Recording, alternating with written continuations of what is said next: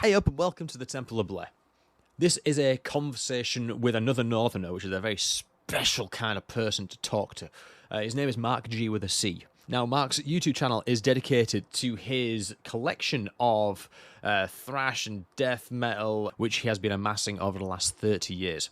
So I wanted to get in touch with Marc because, first and foremost, I'm a fan of his channel. I like listening to him talk through his collection and how he came about it, what it's like, etc., etc., etc. But more importantly to me, he was around on the onset of thrash and death metal in the UK.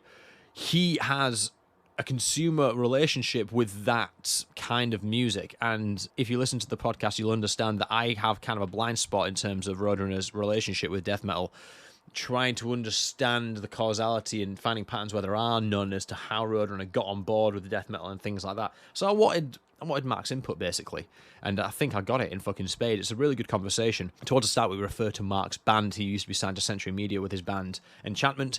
I mention that now because when I mention it in the podcast, I don't mention it by name. So there it is. It's Enchantment. So there you have it. Marc G with a C, death metal, thrash metal, plug in those knowledge gaps. 1, 2, fuck shit up.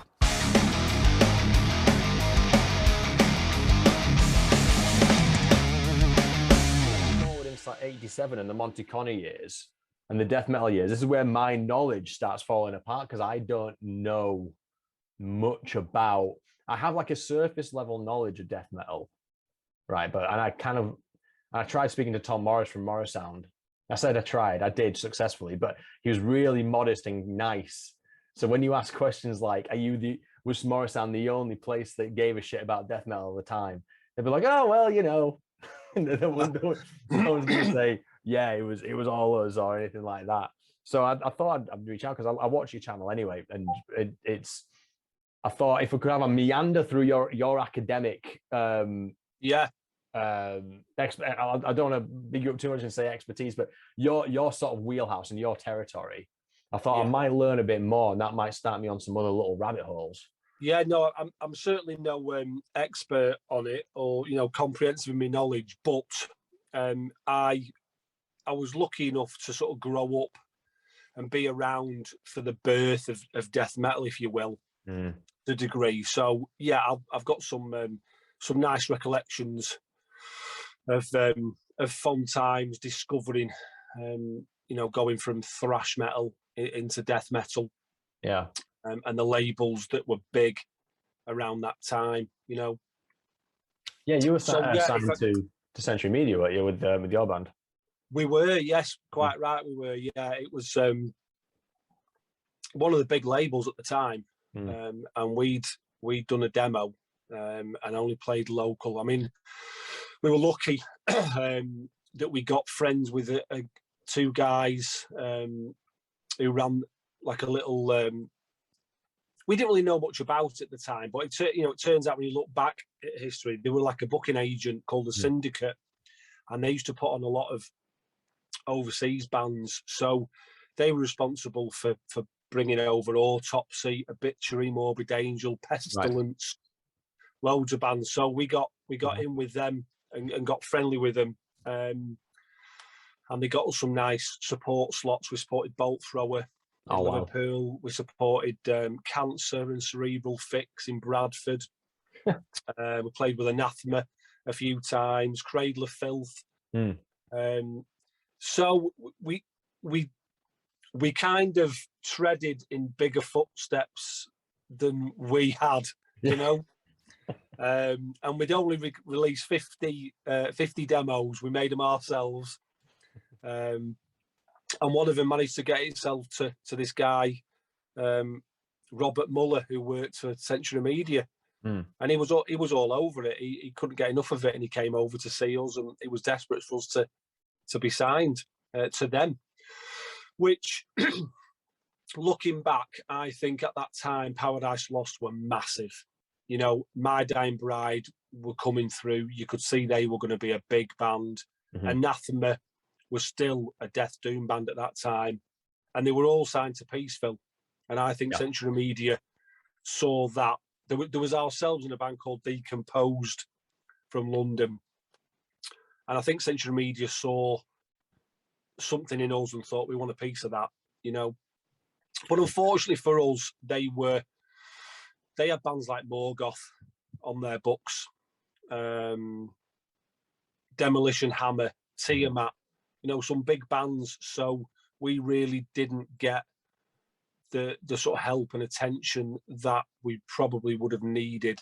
Right. I mean, Morgoth were already a big band by that point. They'd already put out Cursed, and Tiamat were at a stage where they were putting out live albums, so they were well established on that label.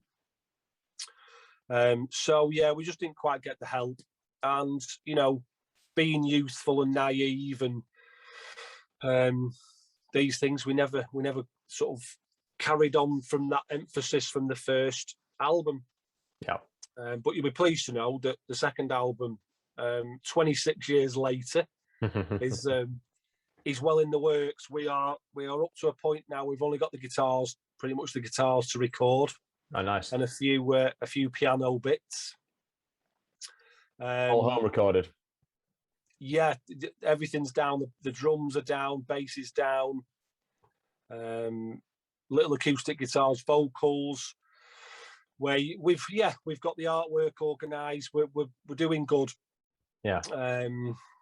So it's quite exciting, really. It's been different because of the whole lockdown process. And when we did the first album and we were in Champman, we rehearsed 2-3 times a week, and we jammed and all that. This has been learning everything and writing everything down on tablature and learning it individually in our own houses. Piecemeal.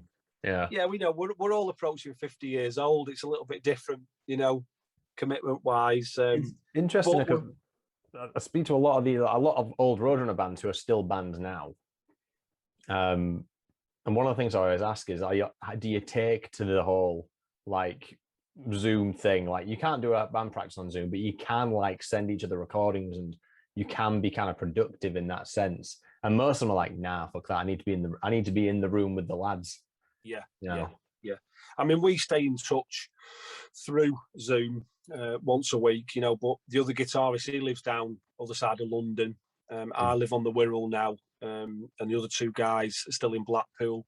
Right. So again, with the whole COVID thing, it's been impossible to get together. We're quite lucky because this album it's like a time capsule. It was, probably 80%, 85% of it was written back in 95. Right. And we've just been going through old recordings and, learning those bits. There's only one new song on this album, and we've been piecing together riffs that we wrote back then. So it hasn't been like we've needed to get together in a rehearsal space and jam some music out. It was already there. We just had to learn it again and decide if we'd arranged it correctly.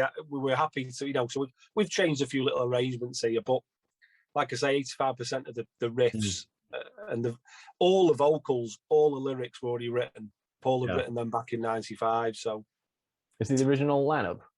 It is, except for the drummer. Yeah, the original drummer, he was on board in the beginning. So once we started recording to a demo stage, he was there, but he couldn't commit to any more. And unfortunately, he backed out. And we have some friends who play in a band, and their drummer's very good. So we asked him if he fancied a bit of session work for us, and he listened to the songs and he went, "Yeah, I'm all over that." So we gave him the music, and he had it for a few months, and he played with it, and he put all the drums down, and we're made up with them. To be honest, really good. So yeah, we're quite excited about it. Awesome. Well, I hope it all comes into fruition and then everything moves on. But there's something you touched on which I found quite interesting. It kind of segues nicely into the Roadrunner stuff, which is Century Media wanting a certain sound and sort of trying to cherry pick a certain sound, which I relate to because it's a Halifax sound, and I used to live in Halifax. So My Dying Bride and Paradise Lost, that's all quite close to home, literally. Absolutely. But there's that kind of dynamic. That's the kind of stuff I like to try and extrapolate in the Roadrunner context, like sort of figure out, was it reactionary? Was it proactive? I don't think it's a word, proactionary, but I'm going to invent it. Fuck it. Was it reactive or proactive for Monty to go, all right, there's these dirty raw bands, and it's all emerging from Florida, and there's this thing happening, and this is what I'm going to get in on. I'm just trying to understand what, like, there's the, I know those bands ended up on Roadrunner for the most part. What was it? Obituary, Deicide, Suffocation, if you want to call it. It's not necessarily Florida death metal. I know Cannibal Corpse is on Metal Blade. Malevolent Creation, they were Roadrunner. Pestilence, a few and plenty of others. In fact, Cerebral Fix is one as well. Morbid Angel were Earache. But I'm trying to understand if there's any causality to it, I guess. But I guess I will open up with like, and yeah, I want to talk about your channel for a bit, actually. I've jumped too far ahead. So you've got quite a sizable collection of CDs and you tend to showcase those on your channel. Is that the objective of the channel? Just to sort of like categorize, organize, talk through? Is it meant to be like a live sort of cataloging session? I think my aim with it was, I was watching other people talking about music and their collections. And I was, again, the age I am, and, you know, family and work, I don't get to meet up with my friends like I used to and talk about music.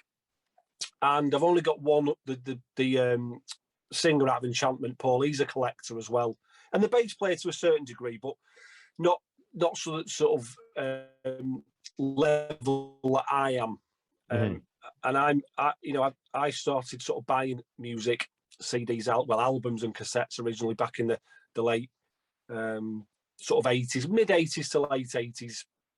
And I never kind of stopped. And I had little periods where I slowed down. But I was watching these other people and I was hearing them talk about music. And I just thought, there's a lot of these people, they're my type of person. You know, they're the type of person that I'd like to get to know. And these channels, they weren't serious. There wasn't loads of editing. Or it was just like a bloke sat in his room talking. Yeah. And I thought, I've got a 30-year collection sat in my room. It's great and I love it. Don't get me wrong. And it's my go-to area. It's my safe zone. You know, I put my music on. And I just sort of thought to myself, should it just be in my room for me? Do you know, there's people out there that might be interested in hearing my story and my sort of journey from being a teenager to a 48-year-old bloke who still listens to heavy metal. You know, when you're told you're 18, you'll grow out of it, son. You know, I'm sure we all did that. So I just felt like I wanted to share it with other people. And I didn't know what kind of response I would get, whether people would enjoy it, whether people would take to me. I wasn't sure if me showing records that are original presses and worth hundreds of pounds, if I was going to show it, would people be jealous and think, oh, what a show off he is? I kind of wasn't sure, but I just thought, you know, I'll give it a go. And I sort of plucked up the courage to do it. And it's quite nerve-wracking in the beginning because you don't want to come across like an idiot, and you want, you know, everyone wants people to like you, don't you?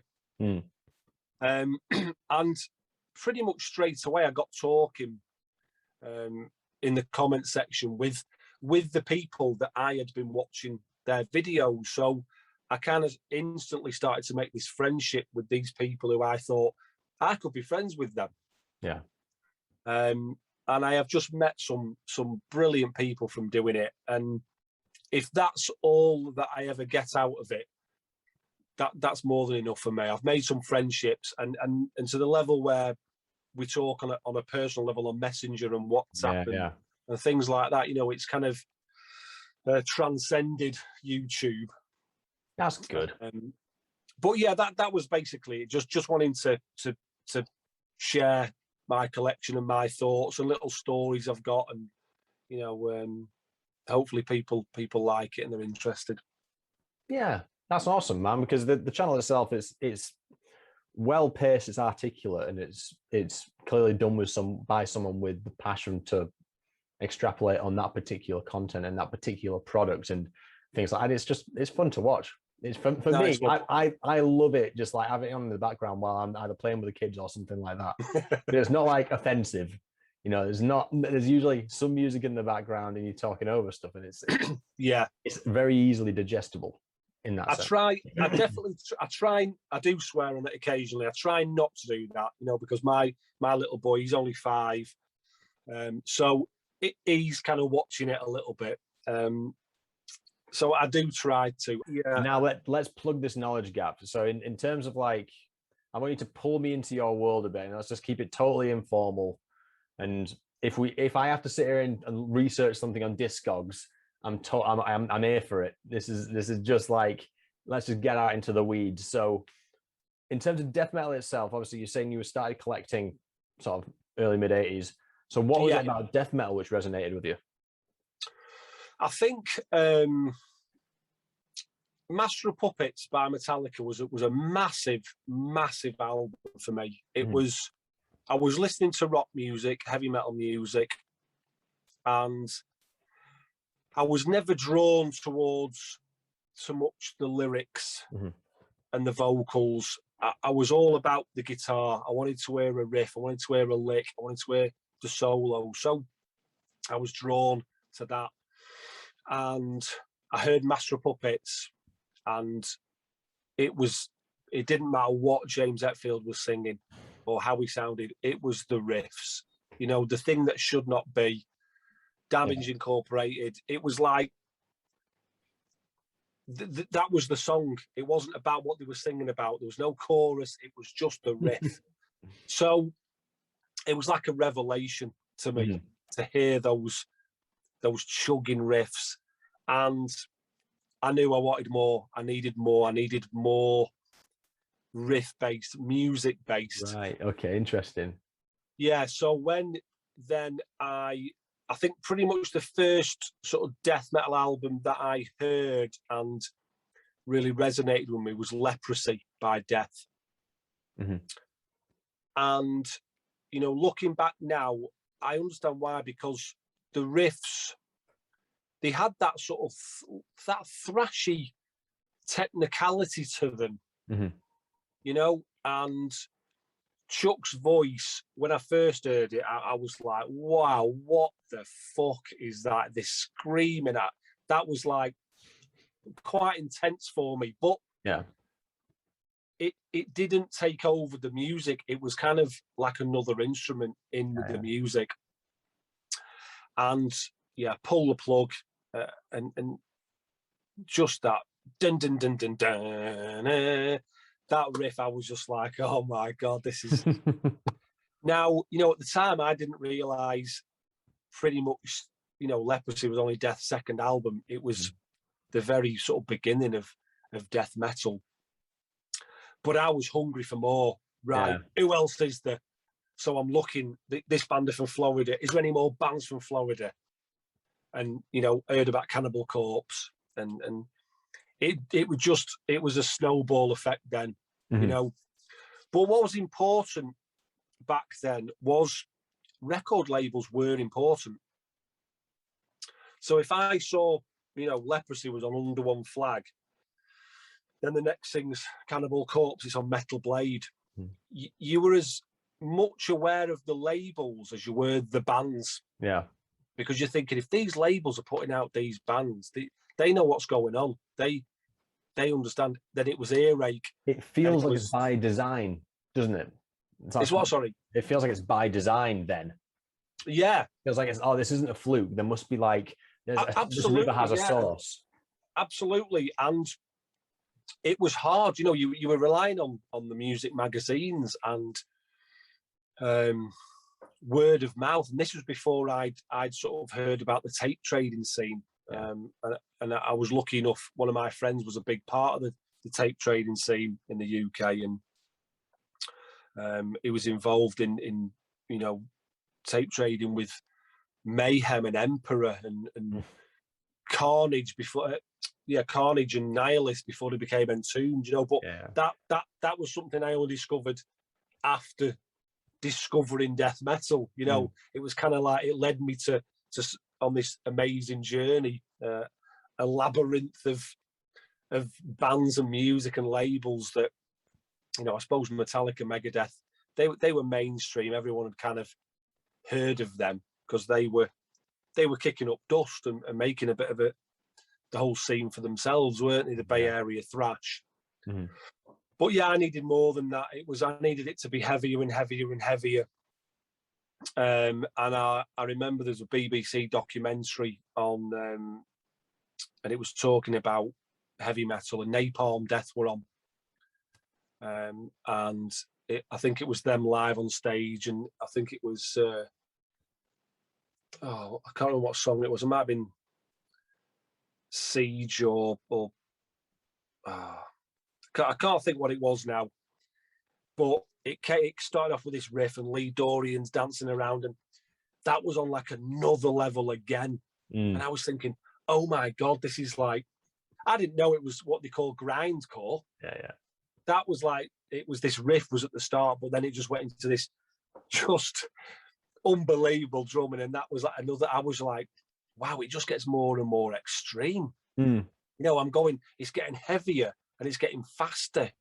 Wow. So that was it. I was just sucked right in to the dark side, as I say. I think it's interesting because my relationship with death metal, I call it like a horseshoe effect, because it looks like you have like a foundational relationship with that grit and that dirt, and it sort of snowballs from there. Whereas I sort of started out with like, you know, Maiden, Metallica, AC/DC, and then I sort of jumped to metalcore with like Trivium and Killswitch. So I've gone from like normal sort of like rock foundation, gone up to like this metalcore thing, which is like a very modern, very current thing, and then I found myself going back to the death metal, but there's no foundational thing there, and that's why I get on with it really well, but I don't have like I don't have a starting point, right? I don't have like the one album which is like completely hooks me in. Beneath the Remains, close, but it's more thrash than it is death, even though there's some sort of like contention around that. And I'm trying to sort of understand it a little bit more and try and get myself on the path where I'm like, okay, more of this, less than that, and I can find my way around that scene a bit more. Yeah.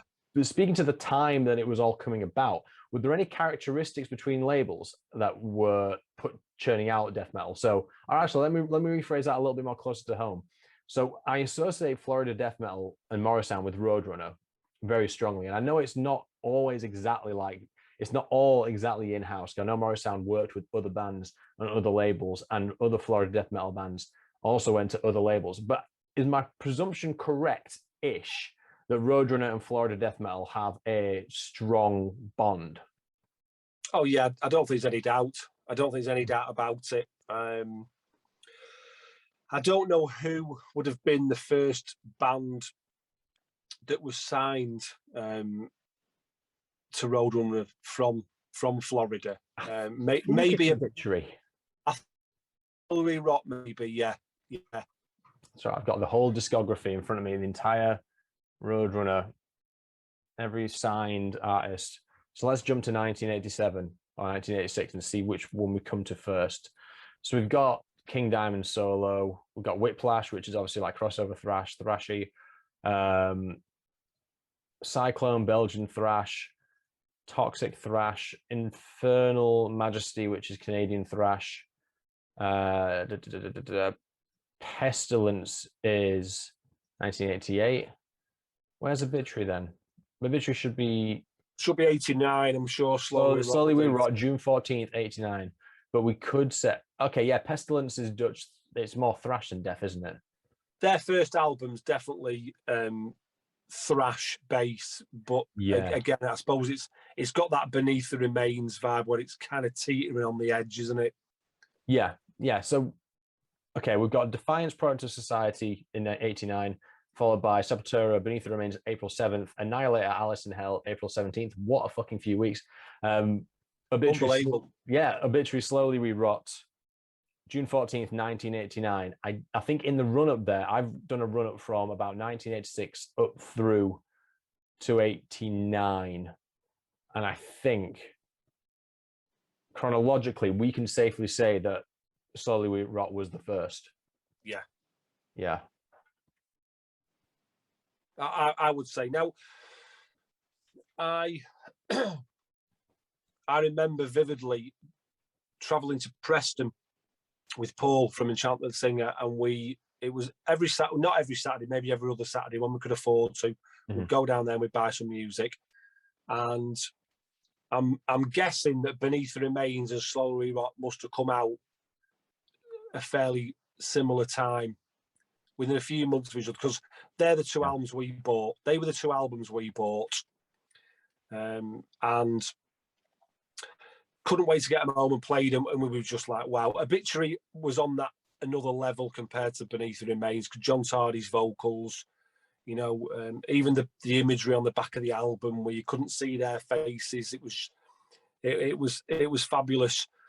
So instantly, those two albums, Slowly Rot and Beneath the Remains, on Road Racer, that was a label that was it was ingrained in your mind. It was that ingrained. I can even remember the Stop the Madness little advert they had below the label. You know. Yeah. Did they have a PCMR? Sorry, what is it now? PMRC or PCMR? PMRC. PMRC. Was that the alternative to that, the Stop the Madness one? I think it was just mainly to do with substance misuse, really, to Stop the Madness. I think the logo, it was like a red circle with a broken needle. Yeah. So it wasn't so much anything to do with the music. It was a message to, you know, don't take drugs. I spoke to Alan Becker, who was Important Record Distribution, who did, you know, if you got a Road Racer vinyl or any kind of record, it went through him, through his distribution company. I asked him if it was it put on his side or was it the label side? And he couldn't remember. So I'm still like, the jury's out as to where that's come from. Do you know what though? It did the job, because when I was the age I would have been then, 16, 17, if they'd have brought a t-shirt out with that on it, Road Racer and that on it, people would have bought it. Really? Oh yeah, there's no doubt about it. Me and my friends would have worn it. There's no doubt about it, because it was is it on the back of there? Yeah, it was as iconic as the Road Racer label. I don't know if you can see that. Really interesting. Was that just because you're like of that sort of mindset, like a no substance abuse mindset, or was it just that effective in terms of the imagery? Yeah, I hadn't thought. I certainly wasn't. None of me and my friends were interested in drugs. It was just music and beer, you know. So it wasn't.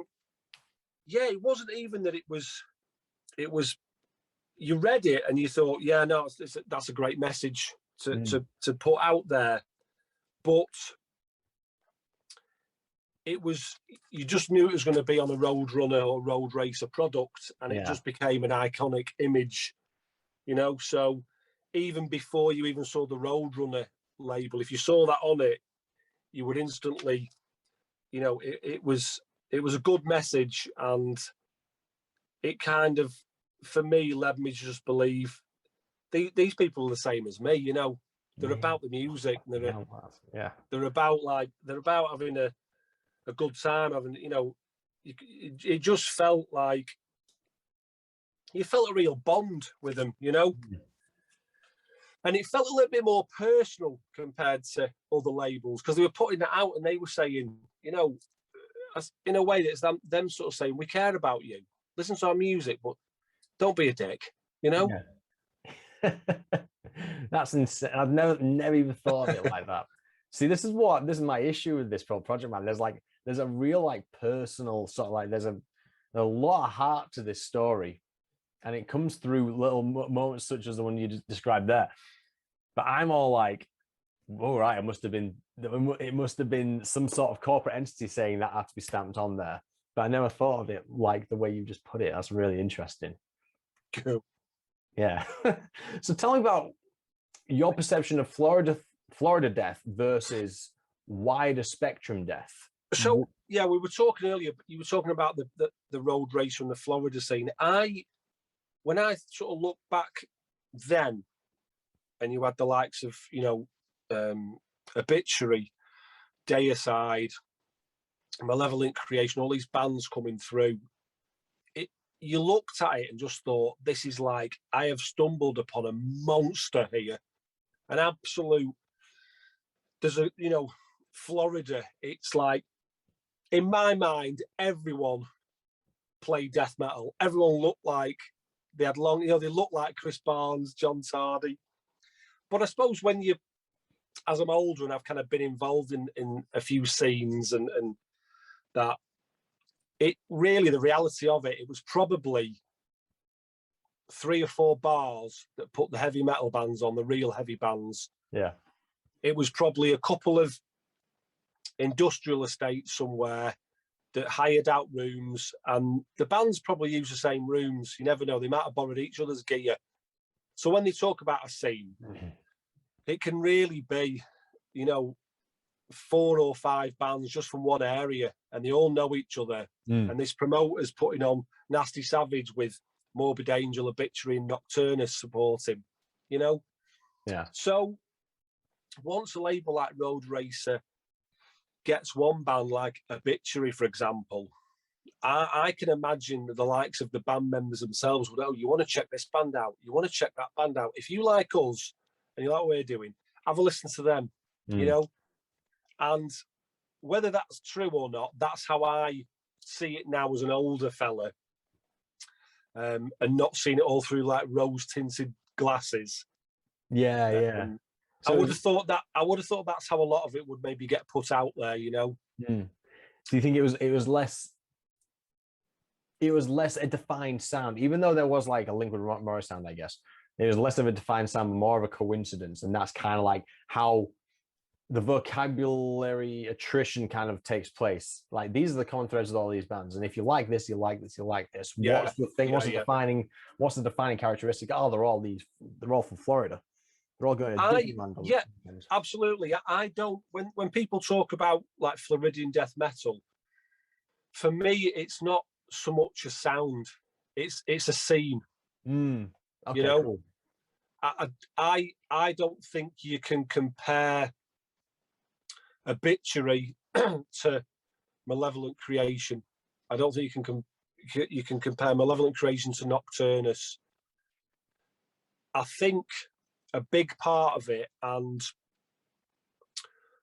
was Morrisound Studios.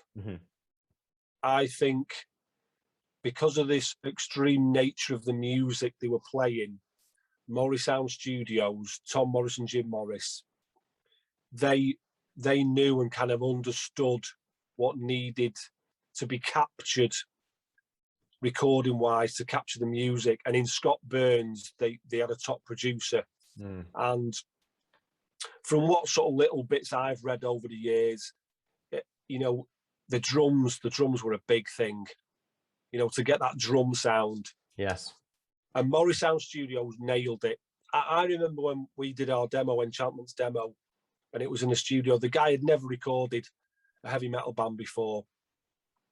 And I remember looking at him, and he looked like he'd shit a brick. You could see just a terror. How the fuck am I record these, Morrisound Studios, they had it. They had the environment, and Florida was developing this scene, and they were in Florida. They were there. They had everything right there. And it was that right that people and bands came from all over the world in the end. Cancer came over from England over there, Pestilence. Yeah. So I think it was the whole Morrisound. I wouldn't define it as a Morrisound sound. It was a Morrisound enabled these bands to the dreams they had for their music. Morrisound was able to, and Scott Burns was able to make that a reality. Guess if you think about it as well, if you think about the inverse, imagine how many death metal bands never had an infrastructure around them because they never had a sound that sounded good because they didn't have a Morris sound. And there was probably like this. It's probably why they were held in such reverence, because the period of time for which Morrisound existed as this thing that took death metal sound seriously, and this entity that took the drum sound seriously, it existed in isolation for too long, and not in too long in a bad way, but as in like normally market forces kick in, and within a year, 18 months of this thing called Morrisound, which does death metal really well, existing, you'd have thought someone else somewhere in the country would have gone, okay, we need to take part of some of that market. Yeah. But it seemed like it just didn't happen. I think like their run of like most death metal albums being recorded at Morrisound must have been about 8 years, something like that, into the mid 90s, and sometimes beyond. Like I know Obituary was there for a long ass time. Yeah. Absolutely. And you know, it was whether they were doing it that well that other people just thought we can't do it the same. We can't. I mean, possibly, yeah. You know, on the flip side, you had Sunlight Studios in Sweden, Thomas Skogsberg, and you know, obviously the legendary sort of HM2 Boss pedal, that buzzsaw sound now, and that was like the sort of equivalent in Europe, you know, but people didn't travel there from other countries because that was all about a sound. You know, Sunlight Studios was about the HM2 thick, fuzzy, you know, dirty, horrible sound. Yeah. So if you didn't play music that you wanted to sound filthy and dirty and horrible, there was no point in you going. But Morrisound recorded Sabotage, a power metal band, and you know, Crimson thrash Glory bands and death metal bands, and you know, in the end, the Trans-Siberian Orchestra, and you know, it was about making bands comfortable. It was about, you know, helping bands realize what they wanted more than a sound, you know. Yeah. And it's probably very hard to emulate that, really. You know, the UK had good producers, Colin Richardson. You know, he was a big name. I suppose like Andy Sneap is now, but people don't sort of congregate to one studio like they did with Morrisound. Yeah. Everyone who was a band wanted to go to Morrisound. Didn't matter what you sounded like. They wanted to go there because Scott Burns was there, and it was, you knew if your album said, you know, recorded at Morrisound, you were probably going to get another 10,000 teenagers buying it because people were like, it's Morrisound, you know? Do you think that same logic extends to Scott? Do you think it is the part and part? Do you think he brought something new to the table? Because I think that you could say the same thing, which is he you know, in the sense that Morrisound enabled the artist and made them comfortable and tried to optimize them in every single way. Scott was just the personification of that objective. I think, unless there's, and now it's pure conjecture, it could also be that he's also just a metalhead. So the signal path between producer doing producer things to it needs to sound good is shorter than it would have been with someone else. Yeah, and it's the same with Tom and Jim, I guess. I think that's it. I think Scott was a metalhead. You know, he knew what the bands wanted. Yeah. And that matters. If you're paying $1,000 a day in the studio, it matters that the conversation between the band and the producer, they get onto the same page in 150 words less than they would with anyone else. That shit kind of matters in you know, purely economics and efficacy level. Yeah, absolutely. I think it's like I say. I think if you're a band and you're going in there, and I've never met Scott Burns. I've never spoken to him. I don't know the guy, but whatever footage I've seen of him talking and the way he is with him, you can just see that the bands are so comfortable around him, and he's comfortable with them, you know. And when you're a musician and a recording musician, no matter how good you are, the minute they press record, your arse falls out. It does. You're nervous. You're wanting to do the best you can. You're not wanting to let anyone else down. When you've got someone who's in charge, who's almost feels like a friend, don't worry about it. You know, listen, we'll do it. This, you know, I think that is worth its weight in gold. And you've got to remember, a lot of these bands, they were only young lads. You know, the likes of Obituary and Sepultura and Pestilence, they're all in the late teens, early 20s. You know. Yeah. And especially bands like, say, Pestilence, who've come all the way from Holland over there in a foreign country. Yeah. To be made to, well, that's always the feeling I got from Scott Burns and Morris Sound, that he was just, he was a metalhead. He was like one of your mates. And that's, for me, that's probably why so many unbelievably good albums have been made there. Yeah. Yeah. The stars just aligning. Okay, let's talk about some of the macro stuff then. So death metal in general, what do you regard as the milestone albums in this genre? What are the big sort of beats that the bands are sort of taking? What are they like so we'll say Slow It We Rot. We can call that, I don't know what we'd regard as the first sort of death metal record. Well, there's the big argument there, isn't there, between Possessed with obviously the track death metal and death, scream, bloody gore. Yeah. But and it's a tough one, and people watching this may think, whatever, but I think both those albums have got elements of thrash bordering into death metal. I don't really care what the first death metal album is, really.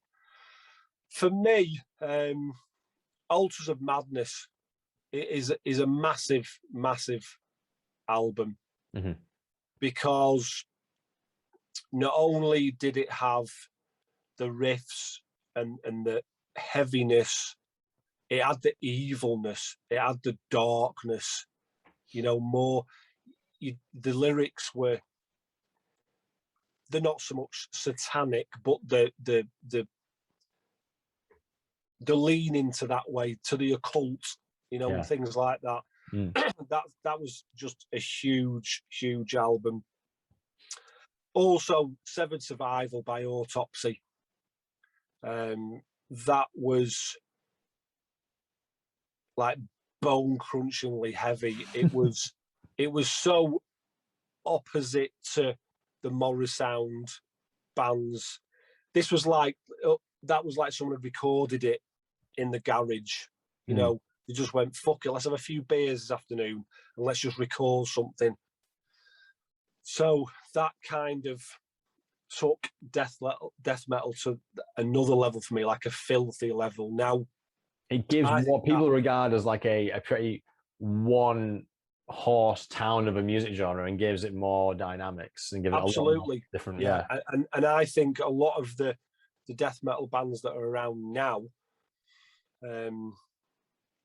you've got your tech death. It was a lot simpler then. It was death metal. That was it.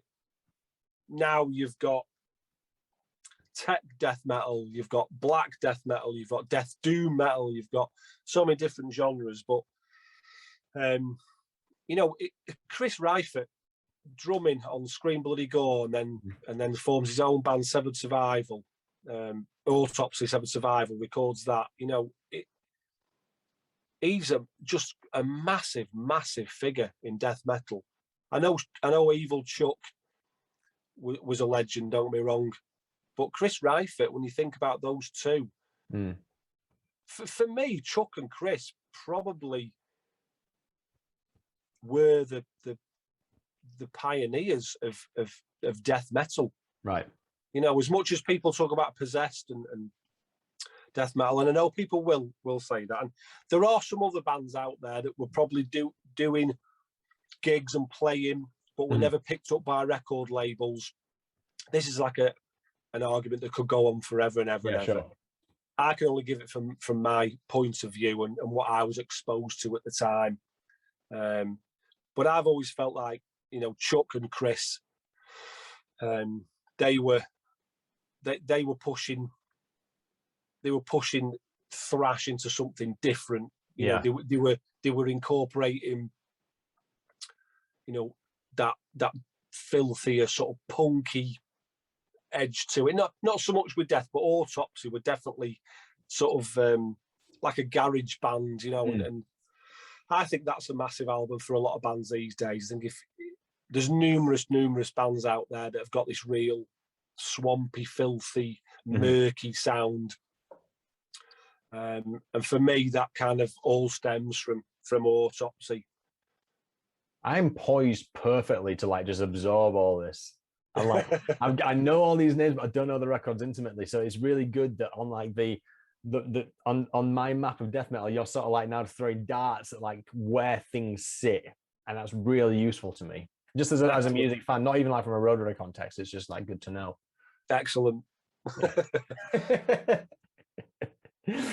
Okay, so let's talk about. Well, first of all, is there anything else? Any other I'm really taken by like your Stop the Madness observation. I think that's really awesome, and that's a rabbit hole that's worth jumping down. Maybe another time. Maybe when I get hit the research books again. Are there any other observations about Roadrunner or Road Racer in the death metal context you'd want to illuminate me of?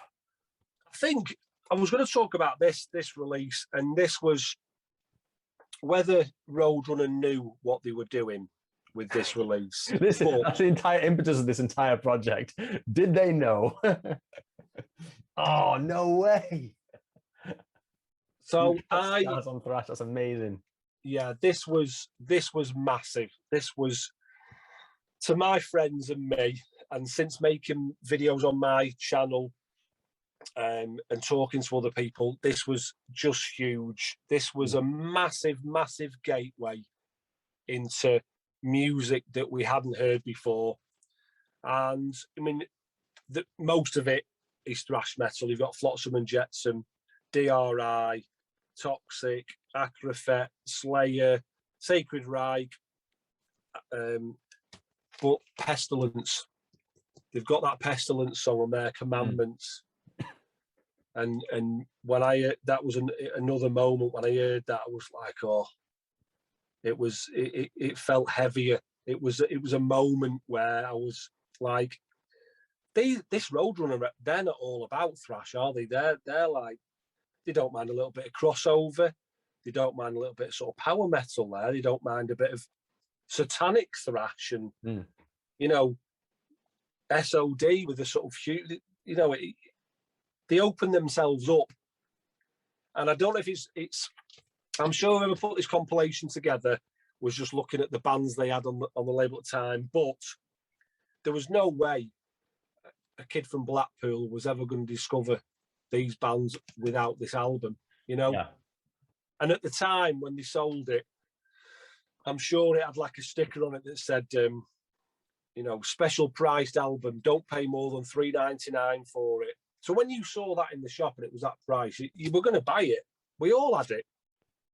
It was massive, absolutely massive. They've got this thing about promos, like promotional compilations and things like that.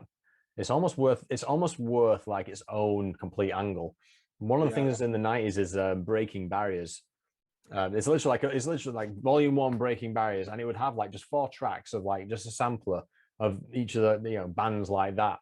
There was one, in fact, I spoke to Uwe Lurch. Uwe Lurch was like one of the first German PR people for the label, and he was responsible for putting together 2 compilations, the Teutonic Thrash Invasion, and it's a similar thing. It's like Stars on Thrash, but with all like the German thrash stuff.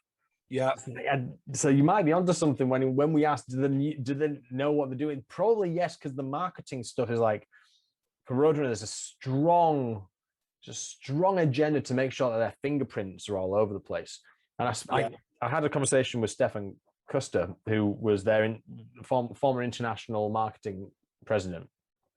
We got talking about licensing, because Roadrunner is like a licensing body, almost first and foremost, before it's like an artist development body, especially in the early 80s. Like they would literally, well, let's just go through the numbers. Metal Blade distributed in Europe through Roadrunner, Megaforce distributed in through Music for Nations, then through Roadrunner. So there was like a weird sort of triad thing going there. And I was like, what's the point? Because like surely a licensed album, you're not going to make as much on it unless it was a direct signing. Is it really only worth doing it if you're doing it in volumes as to which Roadrunner did? And then during this conversation, it just sort of dawned on me that it was, no, of course not, because when the Berlin Wall comes down and kids are hungry for hardcore, when they find Animosity by Corrosion of Conformity, they're going to want to see, you want Roadrunner to be on there. not Metal Blade or Death Records, which was their imprint. And it was like a huge thing. So I think in that similar kind of frame of mind as to how can we get our fingerprints in every shop, I think this might have been like a similar kind of deal. Yeah, it's good to. I know a lot of people who would be very happy to learn that was formative for you. Yeah. I mean, it's we were talking about Cerebral Fix before, weren't we? And you know, a band from Birmingham signing to Road Racer, and Zentrix. Yeah. A band from Leyland, just down the road from me. This was the first gig I ever went to see Zentrix at the Tash in Blackpool, and signed to Road Racer. You know, they were just, Road Racer was just a huge label. You know, it was so big. So to think you've got two bands from the UK, Cerebral Fix and Zentrix, signed to them. And, you know, for me and my friends, and I'm sure it was the same for people in Birmingham, because Road Racer took a chance on these bands and put them out, that in itself was when people would have bought it. Just, you know, Road Racer, an American label, a huge label, you know. At the time, probably the biggest label in thrash metal, besides Metal Blade. But, you know, Roadrunner always seemed a bit more prolific with the releases. And like you said, he had a thing going on with Metal Blade as well, didn't they? So yes, they were kind of affiliated. But you know what? Like, sort of digressing a little bit. For me, growing up as a wannabe guitarist and seeing a band from Leyland, little town outside of Preston, signing to Road Racer, that made me hungry, and that made my ambitions feel like more of a reality. You know, if a band like Zentrix are signing to Road Racer, what could we do? You know, we've got the potential to maybe sign for one of these big labels. But you felt like it felt personal. Like I said it before, you know, Road Racer, it felt personal to you. You know, it wasn't just about signing the biggest bands out there. They were signing bands with genuine talent, no matter where in the world they came from. Brazil, Birmingham, Leyland, you know. Fabulous. Just brilliant. You know the distinction between Road Racer and Roadrunner? No, do you know what? It's one thing I've often thought it, and I've never really sort of followed it up, but I always just presumed it was Roadrunner's thrash metal sort of side, Road Racer. It's interesting. So you're talking to the right guy for this. So I actually recently learned the full arc, because the thing that's well recorded is why there's a distinction, but it's not well recorded as to why it reconciled to Roadrunner. Because as you get into the mid-90s, everything becomes Roadrunner and Road Racer dies a death. So what happened was in 1980, it's a Dutch label, it's not American, it all started in Amsterdam. And they opened a US office, which is where like most of the A&R functionality comes from. But when they opened it up, Warner Brothers is on the phone saying, hang about, we've got a flightless bird that's chased by a coyote on occasion. That's called Roadrunner. You can't have a trademark in the United States. Okay. So obviously Case Vessels, who runs the label, just goes, oh, shit, okay. I guess it's going to be Road Racer in the US and Roadrunner everywhere else. Oh, okay. So that's how that happened. That makes perfect sense, yeah. Yeah, so if you've got a Road Racer vinyl, I'm trying to think now, was Road Racer a thing in the UK, or is it just the US territory? So the one you've got in your hand there, was that a parallel import from the United States? I don't know. I'll try and figure that one out.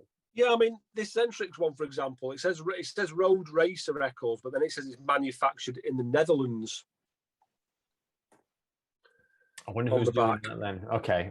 Have you got the RC number on it? It's Shared Existence, wasn't it, that you got? Yeah, this is RO94441. RO94441 US, yeah. Right. So this was the US. Yeah. RO9442 was Road Racer, and that's UK and Europe. Oh, okay. RO9441 is the United States, still Road Racer. But no, I'm looking at it now. Road Racer Records, UK and Europe. So I guess there were arms of it dealing with it.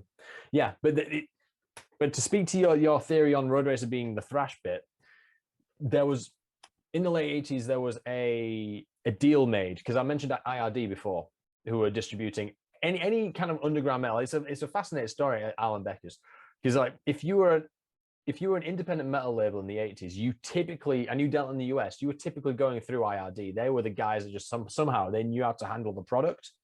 So early 90s, Roadrunner does a deal with, I think it's RCA, one of the majors, and it's a distribution deal through RCA. Okay. And what happened there was a split arrangement. So with your flagship artists like, say, Sepultura or King Diamond, something that had a lot more headway, that would go through the major distribution model, and that would go out as Roadrunner. And then anything that was underground and perhaps was more deserving of an independent touch and was maybe an underground record by design, that would be RC Records. Okay, yeah. So that's where you probably find more of your death and thrash of that era. Yeah, doing RC. I don't know. Yeah, there's a prime example. Malevolent Creation, the Ten Commandments. I don't know if you can see it there. Yeah. RC. Just RC in the corner, yeah. Mm-hmm. There's so many like different weird threads and audit trails for this stuff. Yeah, and I've seen that loads of times, but never really thought about that either. But that again makes perfect sense. I was speaking to Christian from Zentrix, and he said he saw Shattered Existence at a market, literally like 3 or 4 weeks prior to our conversation, and the fucking made him sign it, and then said, "You can have it for 15 quid off if you want."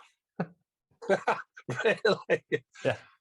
It's worth. I mean, mine's actually signed by all the bands. I don't know if you could see that, but it is actually signed by the band, because this made it all the way to the gig. Wow. But weirdly enough, with Zentrix, as it happens now, one of my best mates, his wife, is best mates with Dennis, the drummer's wife, and he plays in another band now, like just doing the sort of pub scenes and a covers band. You know, helps him. I suppose it helps him get by. Yeah, because Zentrix were nowhere to be seen for a long time, were they? You know. Yeah, but they're back now. They're busy. Yeah, so their new album's a cracker as well, an absolute cracker. Yeah. Wish nothing but the best for Stan and the boys. Absolutely, yeah. It's interesting when you were saying it does feel like a personal thing, and it's interesting. I think in terms of like everyone I've talked to so far, I think you're the first like active consumer at the time in this territory, the UK, perhaps. Yeah. I think maybe I don't know.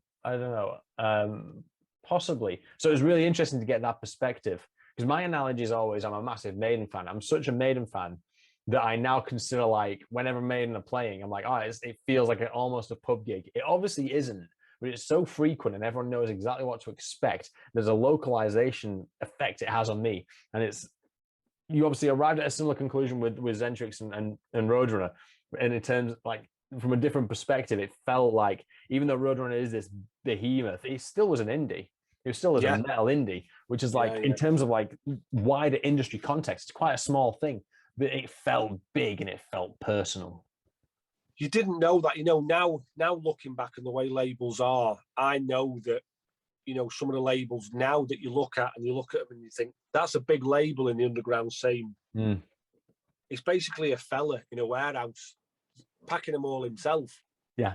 Road Racer at that time could have been like that, but when I was 16, 17, 18, and I'm seeing Road Racer and Metal Blade and Earache and Nuclear Blast and Century Media, for me, they were like, they had head offices, they had staff everywhere, people who would fly over to see, you know, you saw it as something different, you know.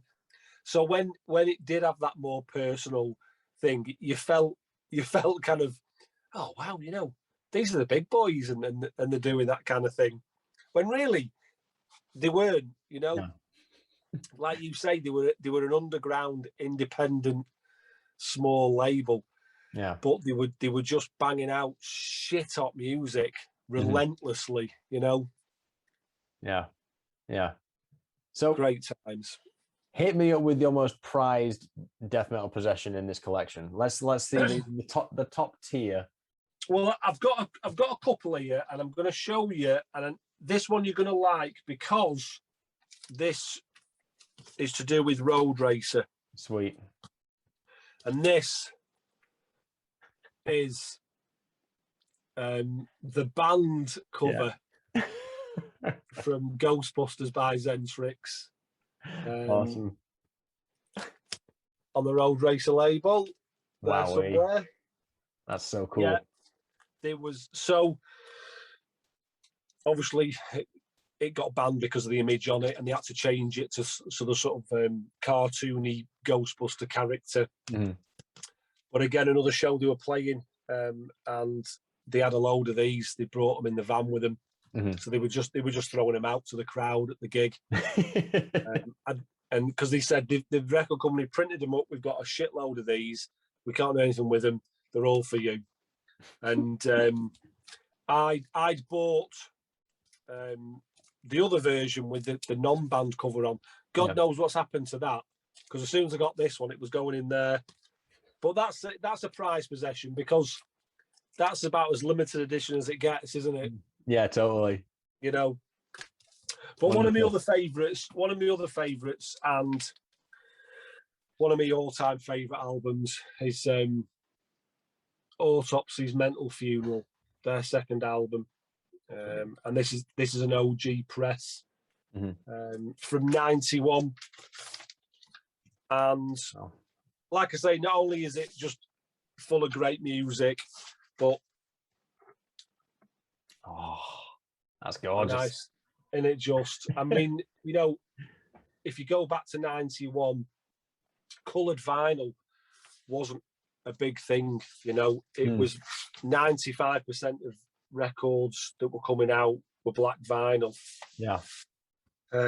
Picture discs, there was a few picture discs here and there, but they were renowned for sounding shite, you know. Right.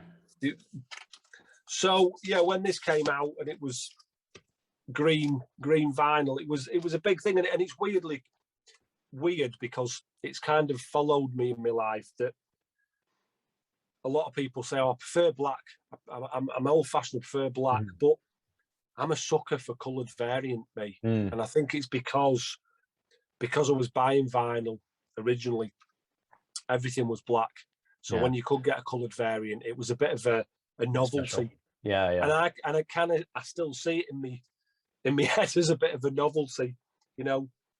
And it doesn't matter. It doesn't. But I'm a real sucker for it. But I got Eval's new album in a sort of like a lovely blue. Oh right, okay, yeah. Do you know, I've not heard that album. That's I'm a big fan of Evil.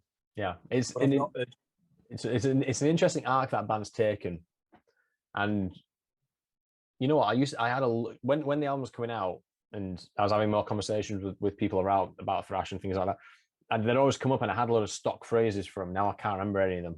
It does slay. It's probably one of my favorite ones. Maybe not even. Maybe better than Into the Grave. I don't know. Really? I don't know. It's a different sound because all singing. And yeah, I mean, totally competent at doing that. Yeah, and do you know? I think when Zentrix, when they bringing out Bury the Pain, and you know, Chris wasn't in the band anymore, and they were going to go down the route of a new vocalist, and I was thinking, you know, I'm the biggest Zentrix fan in the world. Honestly, I love them, just great band. So I was nervous. Bury the Pain's an absolute ripper. Yeah. It's just a great album. So I think it'll be the same for Evil. I've only not got it because being a collector, I don't like paying full whack for anything. So I tend to sometimes wait for the prices to come down a little bit, and then I'll grab it, you know. Yeah. No, fair dues. Fair. It's I think like when all was going to be the singer, it's like, all right, this feels more natural than it would have been if it was we're going to go out and get another singer. But the thing about UK thrash metal is it's such a weirdly like it's such a British thing to support the underdog, isn't it? And British thrash in of itself is always like a weird underdog when you think about the other underground genres. So it's almost irrelevant sometimes. I think it depends what kind of relationship you have with the band and what you have with the genre. Sometimes you just want to fucking give it to them anyway. Don't give them everything you got, regardless of who the singer is. You're just like, fuck it, if you're still going, I'm still coming. You know? Yeah. I think that's the deal with me. But, no, it does slay. It's the best sounding one. I can definitely say that. It's definitely the best sounding one. But yeah, bang it on. It's a good laugh. And the drummer, he's a fucking machine, isn't he? That Ben, guy. yeah. Oh, I mean, Ollie's a great guitarist, but I've always been a big fan of theirs. And like I say, it was that Matt leaving. You're a bit like, oh, you know. But I've heard only good things about the new album. So, and I'm thinking they're playing in Manchester maybe later this year or early next year. So February. Is it? Yes. I'll have to get myself to that. Yeah, definitely. He managed to place himself as like quite the prolific kind of shredder. He was like, when guitar porn was like more of a prominent thing in the regular press, he was like quite in the forefront, which is totally justified. But Ben should also be in the drum porn category of that same thing. Absolutely, yeah. But it's the drummer thing, in that, you know, they just don't get the recognition as it's like defenders and strikers, and everyone's interested in the strikers, never the defenders. Yeah, it's the same thing with drummers and lead guitarists. Yeah, same principle. Okay, let's ring this one out then. I don't know if you had time to prep for this one, because I did drop it on you earlier today. Yeah. Top 5 records put out by Roadrunner, no particular order. Yeah, it's what a tough question that is. I have to say. I've got 8 here, so that's fine. I'm going to show you all 8 because these are all just blinders, and I've already shown you one. I've already shown you Shattered Existence, so I can say that one out. But do you know what? Let's do the 5. Let's do it. You can do 2 honourable mentions if you wanted to. Okay, honourable mention. Cerebral Fix. Yes. Cerebral Fix. I absolutely loved that album. Just amazing. Another honourable mentions: Malevolent Creations, 10 Commandments. Can't cover. I love like these death metal covers, man. They're just fucking... the greatest. Yeah, the greatest covers. Like I say, whether these are the best 5 albums that Road Race have ever put out is always going to be to people's own personal taste. But these 5 for me are big albums on a personal level for me. Atrophy, Socialized Hate. Aggressive, fast, in your face, furious thrash metal. It's not crossover, but it does sometimes have a party vibe to it. I don't know why. It does. I mean, having a song like Beer Bong. Well, yeah, it doesn't take itself too seriously, does it? It doesn't. That's what I really like about Atrophy. Yeah, superb band, superb. Deicide's debut. That was just a real eye opener. That was, mixing that furious energy with furious vocals and anyone in a band who brands themselves with an inverted cross on the forehead to prove themselves, you've got to pay attention to that, haven't you? Whether you think it's stupid or not. That that for me, it put Glenn Benton on another level. It was like he's proper committed. He is. He's the real fucking deal. It's never mind getting a tattoo on your neck or on your knuckles, whatever. He's just branded an inverted cross on his fucking forehead. But this is it's a brilliant album. Dead by Dawn. It was like death metal with not sing-along parts, but parts that you knew were coming and you were waiting for them, and just fabulous. Lunatic of God's Creation. Beneath the Remains by Sepultura. Nice. That just a massive album. I think it was a massive album because it was like we touched on before about the fact that it was thrash, but it was bridging that gap onto death metal. Especially if you'd not heard death metal, that was as furious and heavy as it got for thrash. And maybe because of Max's vocal style as well, you know. There's one thing Joe McIver said which resonated with me, which was that run of albums up until Chaos AD. It's like it just cemented Sepultura as like, if you want an alternative to Big Four thrash, that's where you go. Because it's a completely different dynamic to what you're used to. If you're sick of Bay Area, go to Brazil. Yeah, and you know, Inner Self, that it was, you know, it didn't get ever. The minute you heard that, me being that sort of riff worshipper, I was just like, oh, I don't even need to hear any more. Just that opening riff, you know, with the sort of rolling drums. Yeah. Brilliant. Oh wow. Fourth on my list, Pestilence. Again, these in no order. Martin van Druenen's vocal style is just. I know it puts some people off because of his sort of tortured, anguished sound, but that's what I love about it. Yeah. He sounds like he's in pain.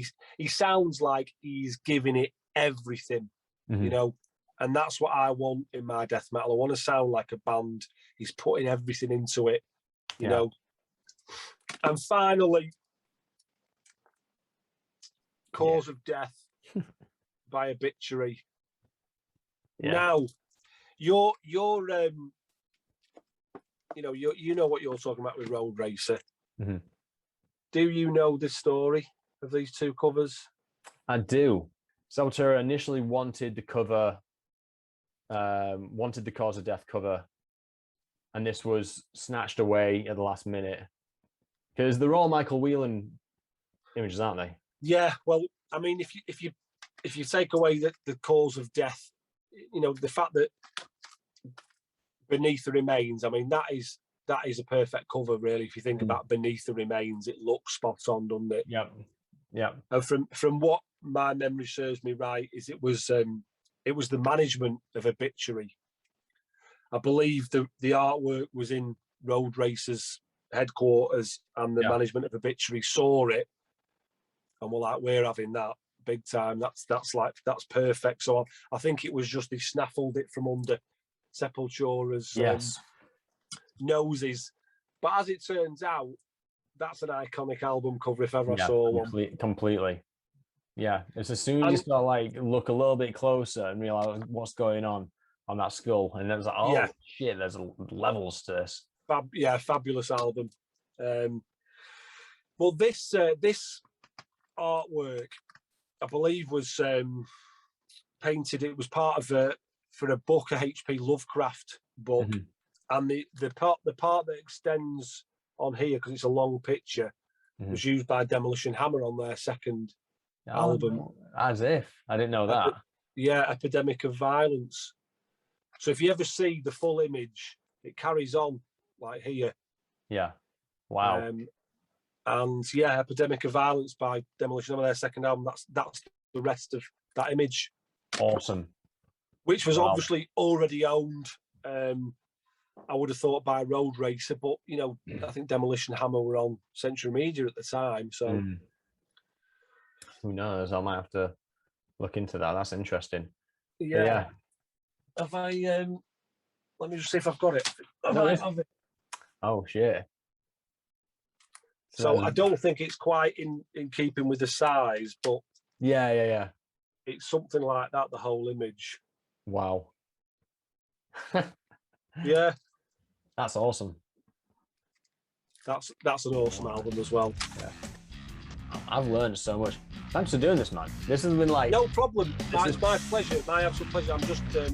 I'm always up for talking about music. You know, it's a big passion of my life, and it always has been. Whether it be listening to it, playing it, writing it, whatever. So to talk about it and share any of my stories with people, I love doing that. And if there's anything more that you want, and you want to send me an email or